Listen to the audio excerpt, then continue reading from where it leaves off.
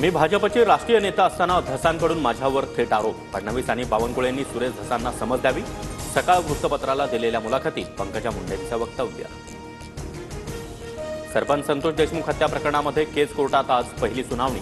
व्हीसीद्वारे आरोपींना न्यायालयात हजर करण्यात येणार असल्याची सूत्रांची माहिती. सतीश उर्फ खोक्या भोसलेच्या अटकपूर्व जामिनावर बीड कोर्टामध्ये आज सुनावणी. मारहाण प्रकरणामध्ये जामिनासाठी खोक्या भोसलेचा अर्ज. प्रशांत कोरटकरच्या अंतरिम जामिनाबाबत कोल्हापूर कोर्टामध्ये आज सुनावणी. इंद्रजित सावंत धमकी प्रकरणी केलेल्या इतर हस्तक्षेप याचिका कोर्टानं फेटाळल्या. स्वारगेट लैंगिक अत्याचार प्रकरणी आगार प्रमुख, वरिष्ठ आगार निरीक्षक आणि सहाय्यक वाहतूक अधीक्षक निलंबित. नवे सुरक्षा रक्षक नेमण्याचे परिवहन मंत्र्यांचे आदेश.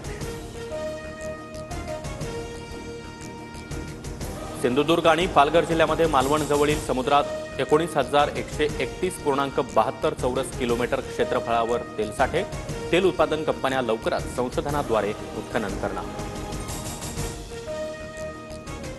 एक लाडकी बहीण योजना बंद केली तर इतर 10 योजना चालू करता येतील. अंथरूण पाहून पाय पसरावे लागतात. रामदास कदम यांचं वक्तव्य. लाडकी बहीण योजना राष्ट्रवादीकडे असलेल्या महिला आणि बालविकास खात्याकडे येते, परंतु योजना महायुतीची. अजित पवार यांची प्रतिक्रिया. शिवभोजन थाळी योजना सुरू ठेवा. आनंदाचा शिधा आणि शिवभोजन थाळी योजना बंद झाल्याच्या आरोपानंतर छगन भुजबळांचं सरकारला आवाहन.